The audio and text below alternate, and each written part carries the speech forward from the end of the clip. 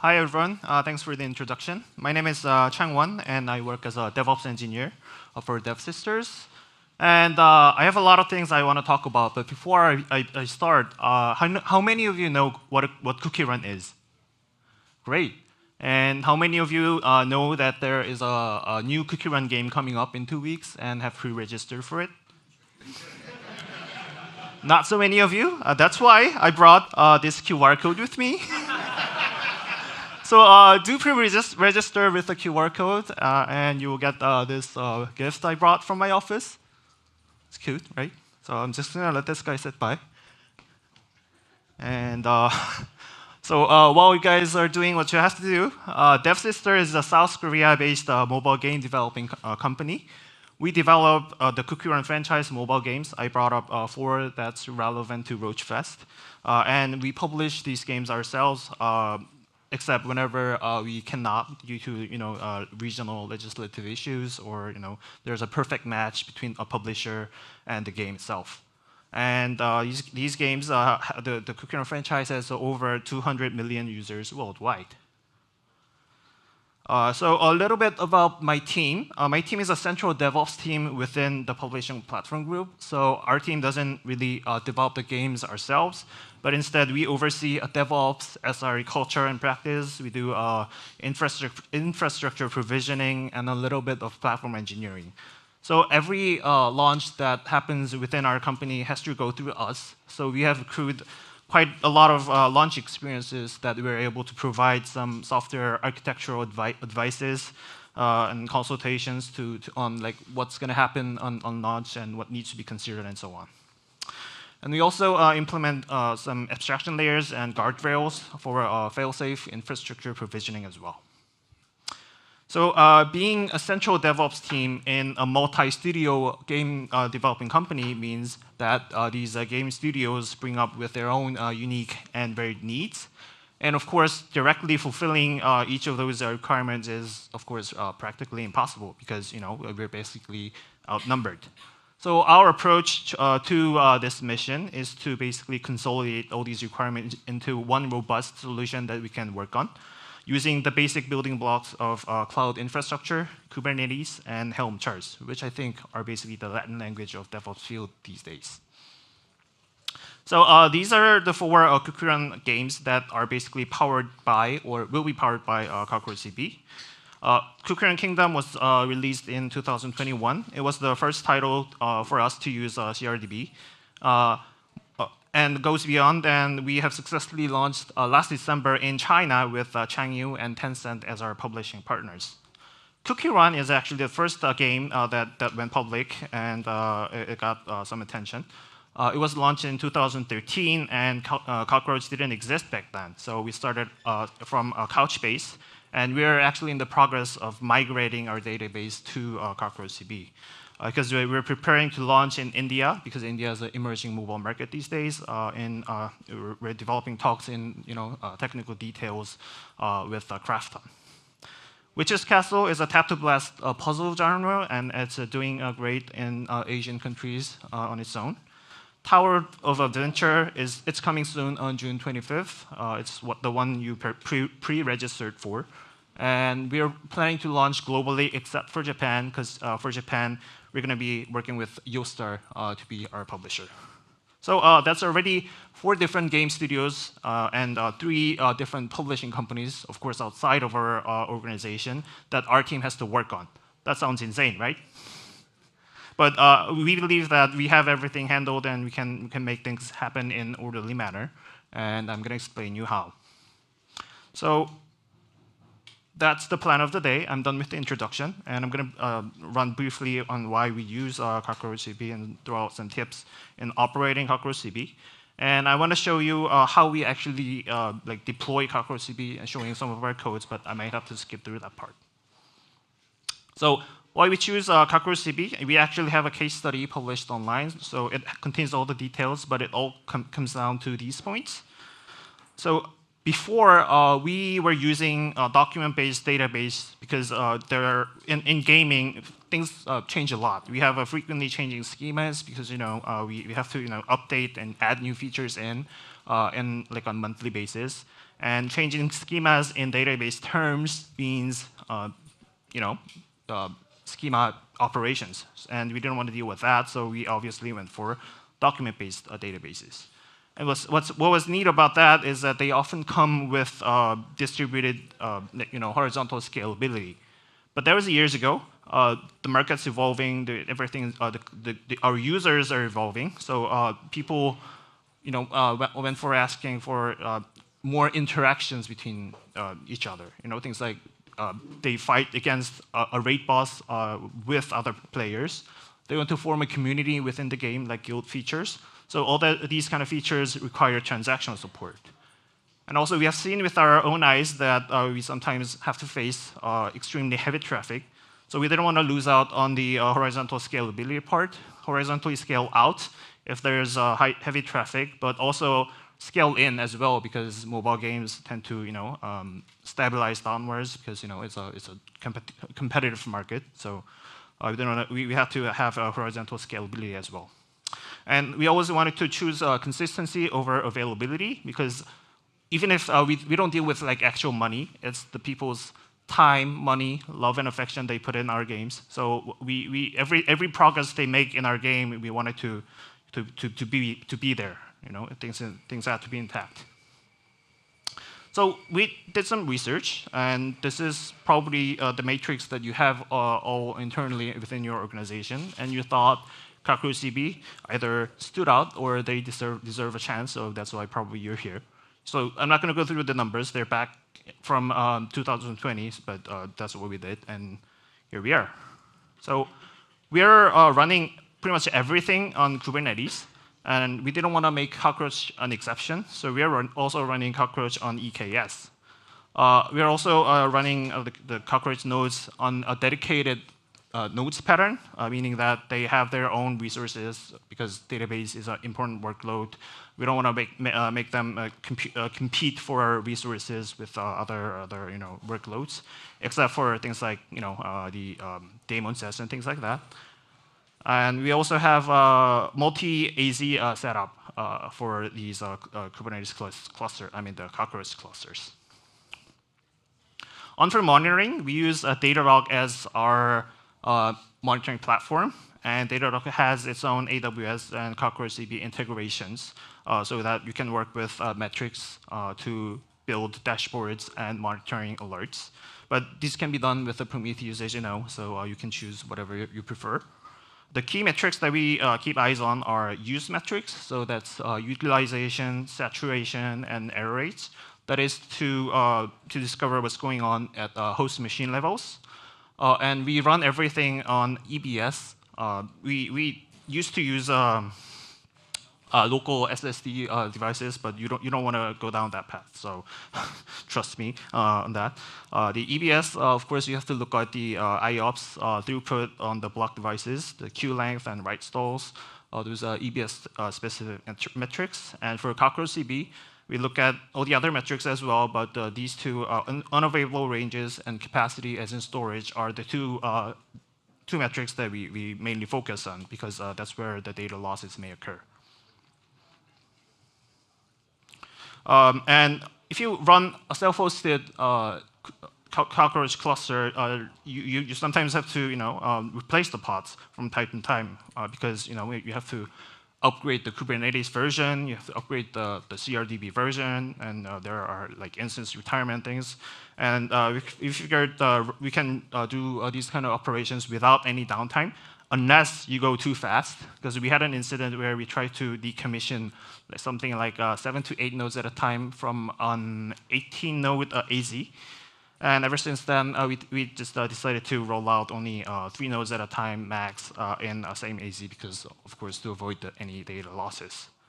And we also have the rebalancing rate limits adjusted from the default value to happen the data transfer and things happen quickly, because we are Korean teams and Koreans like to do things pali-pali, which means quick and quick. So we use the values 128 megabytes to be optimal. If you go beyond that, the network transfer and disk IOs that happen because of rebalancing may interfere with the actual workload and cause the prod workload to be slow or goes on and off. And since we are running everything on EBS, there are EBS hiccups because we are living in a physical world. EBS has 49 SLAs, and it's designed to be highly durable. So it has a primary and replica setup for the volume devices under the hood. And there are hardware failures on those volume devices. And whenever the primary volume faces one of these machine failures, then it will quickly turn over to its replicas. And I/O does pause when these failovers happen. And if it's running a CRDB node on these EBS faulty volume device, then the CRDB node kind of crashes and restarts on its own. So that's the log that we took from our cluster, saying slowness detected and fatal error can occur due to faulty hardware things. And oddly enough, we're seeing unavailable ranges happen when we see these kind of logs, but which is kind of odd because for unavailable ranges to happen, you need to have this event occur over different AZs, which is statistically very unlikely. So I really think it should be under-replicated ranges, but I don't know why. And our AWS support NSA couldn't figure out and link with what's happening on the CRDB.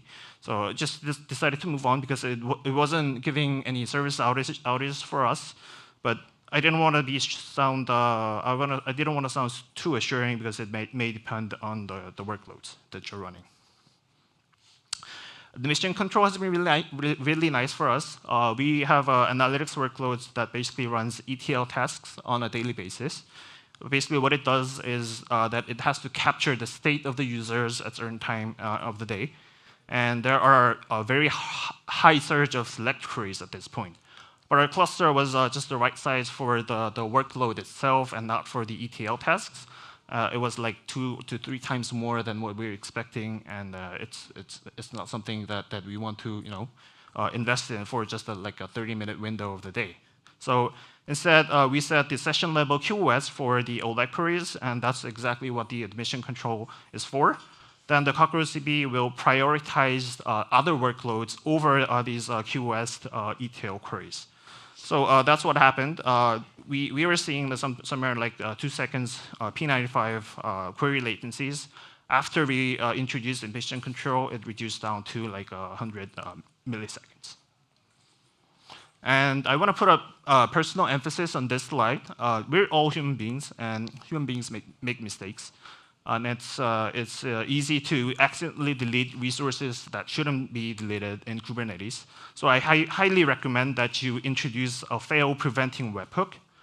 You can use Kubernetes admission control to block whatever that shouldn't happen. Like we wrote our webhook to deny any delete requests on things like stateful set or persistent volume claims unless a specific annotation is set.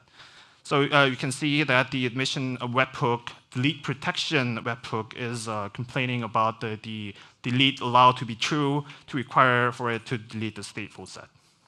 So you could write this using the boilerplate, but you would have to work with the Go projects and build an image and deploy it, which kind of feels like a tool to us. So we just wrote a simple tool that lets you write these kind of webhooks in JavaScript and deploy it. So it's open source, and you can go check it out. It's called Checkpoint. I put a personal emphasis on it because there was an incident caused by myself. I feel like I became a person who talks about their own incidents every time I come to RoachFest, but here it is. And we have a postmortem document that's written in Korean, but I figured K-pop wasn't as big of a thing as to a point that you all felt the need to learn Korean. So I had ChatGPT translated the document for us, and here it is. So basically what happened is that I accidentally deleted the Argo application that one of the CRDB AZ was running on. So basically what happened was I was running some tests because we were transitioning the CPU architecture, from AMD 64 to ARM 64. We're running on all Graviton these days now. So it's a small change, but it's one of the biggest changes in computer science, as you know. So I thought it was worth a test. So I was done for the day, and I decided to tear down the test environment. So I went into browser and typed Argo CD. But the thing was that I got back on that day from a Pilates session, and I got extremely exhausted. So tired me, typed Argo CD, and the browser auto-completed a CRDB application. And having worked for the test environment for the day, I automatically thought that I was working on a test environment. In fact, of course, as you might know, it turned out to be the prod. And I pressed delete. And of course, Argo CD has these confirmation prompts, but you just copy-paste whatever is written on the prompt to the input. So that doesn't really stop you from actually deleting the resources. So that's what it goes.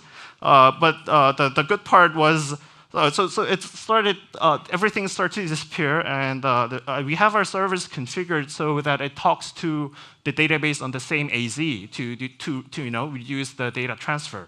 So I was seeing all of a sudden, I was being paged with the server errors, and I was like, I was working on a staging environment. 2 seconds later, I realized what's happening, and I was like, oh,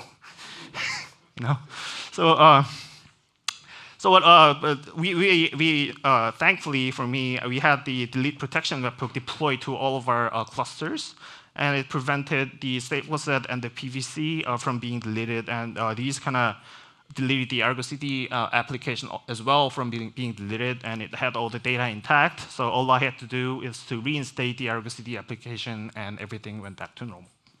So these kind of webhooks not only prevent from human errors, but also prevents you from being fired, and lets you even talk about these on this event. So before I jump into show you how we deploy things, I want to describe some of the characteristics of mobile game development.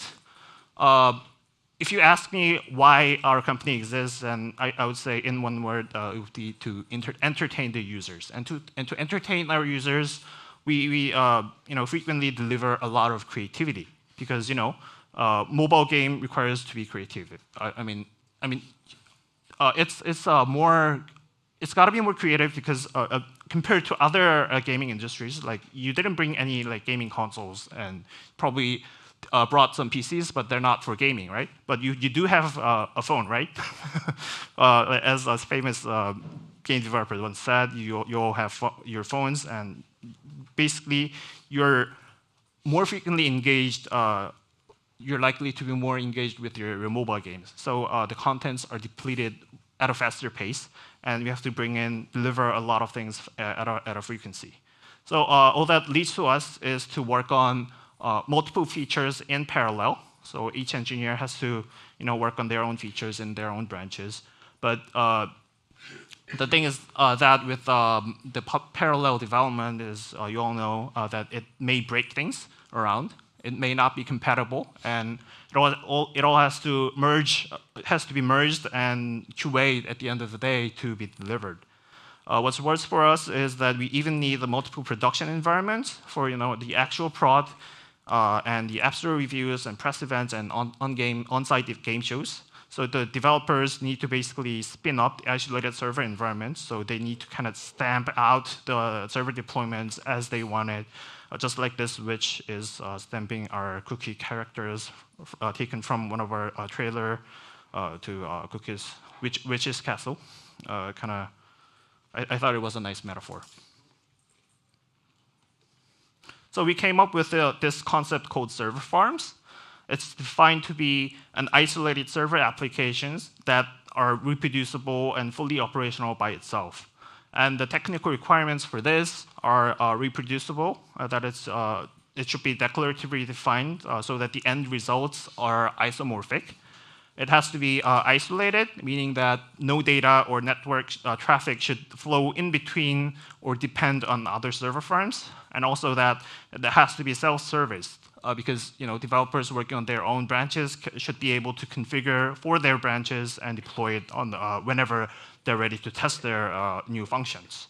So basically, this is the topology. This is what happens. So the engineers kind of provision one of the server farms, and the QA engineer and the server and client devs have their look at their own server farms, and even the App Store reviewers got their own server farm because they're probably working on an unreleased feature. So back in the day, like 5 to 10 years ago, these were a terrible set of requirements to fulfill. But Kubernetes, I think, is actually designed to solve these problems really neatly. Helm charts, by definition, are reproducible and declarative. We have Kubernetes namespaces that can logically isolate each workload. And for the self-service part, we just wrote a light web application that basically runs Helm charts and lets you monitor what's going on in the Kubernetes clusters. So that's what the light web application looks like. So you can name the server farm, and you can set different things for you can set the server versions for different server components. And here next are the status and whatever that's been deployed on the Kubernetes. And it's at the actual Kubernetes namespace that's been displayed. I mean, it should really be the same names, but I took these screenshots from a different point in time, so they don't match, but you can imagine that. So we also have CockroachDB deployed as a part of our Helm chart. CockroachDB manages the official Helm chart. And the benefit of using CockroachDB as a Helm chart is, of course, it's flexible, it's automated, and it's reusable. And I'm going to cover it one by one. So this is basically the chart manifest that we have that's been using for test environments, and it's going to be live in production in the next 2 weeks. So we have this CockroachDB included as a dependency on the second block. We might be behind on the version, but that's what we happen to use, and we're happy with it. And you can basically spin up a functional CockroachDB cluster just by doing that. But the whole point of having a server farm was so that it can be fully functional by itself. Having a cluster functional doesn't mean the application to be ready by itself. You need to initialize the database with some schemas and inject with some cluster settings and things. For that, we use Kubernetes jobs. Actually, it's taken and expanded from the official Helm chart. So basically, what we do is that we initialize a cluster.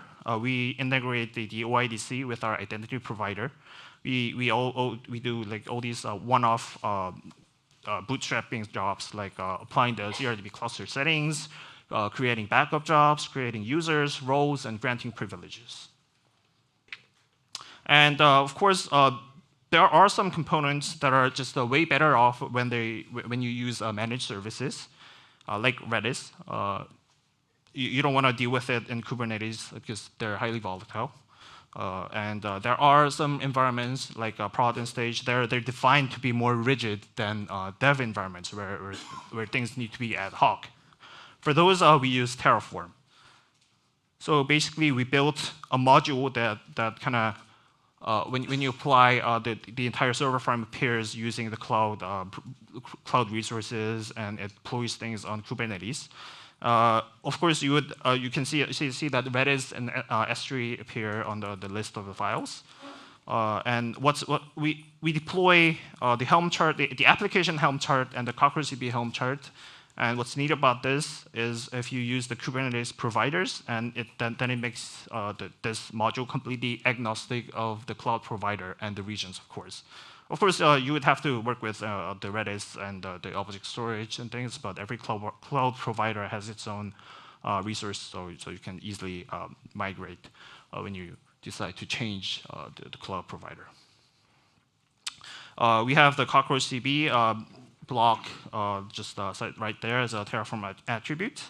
And basically what it means is that it kind of transforms into an Argo CD application, which then runs the Argo CD, which then installs the Argo CD, the Cockroach Helm chart with the values defined below. And basically that's what I deleted just a few slides ago. So This might have sounded boring, and I hope actually it did sound boring to you, because the whole point was that we shouldn't invent the wheel, and we kind of internalized this principle as a dogma within our team when we're working with Tencent, who is obviously a side of our team. It is often an engineer's dilemma that we do have a tendency to solve problems in like fancy and complex ways. We want to think of like brilliant ideas, but these brilliant ideas need to be convinced to others unless the ideas speak for itself. So we should remember that complexity always comes with the cost of learning and communication. And there's simple and straightforward solutions. It will help you to easily collaborate in efficient communication manners, especially when you're working with organizations or teams outside of your boundary. So these are the main 4 tools that we use: Terraform, Kubernetes, Helm, Argo CD. All sounds plain, right? So these are the points I made through my presentation. We run everything on Kubernetes. We use Kubernetes as a baseline of our infrastructure deployment. And that allows us to be agnostic of cloud providers as well as regions. And if you're going to agree with us, just do make an error-preventing Kubernetes webhook, because it's going to save your day one day. And we came up with this abstraction of application development using the very common tools: Helm charts, Terraform, and Argo CD. And that's all been possible because CockroachDB is designed to fit naturally in the cloud-native operations. So just a final note: make everything boring to easily communicate with other teams, especially because you get bored when there's nothing new and when you're not intellectually intrigued. But that kind of means that you don't have to explain further, and the ideas you don't require further documentation, comments, and things like that to explain what's happening on your infrastructure deployment. So that's been our secret in deploying things in different cloud providers and other regions. So I hope it was worth of your time. And here's our game that's coming out in actually like literally 2 weeks. So please try out. It's gonna be fun. Try with your friends, kids, whatever. Yeah, and that's it. Thank you.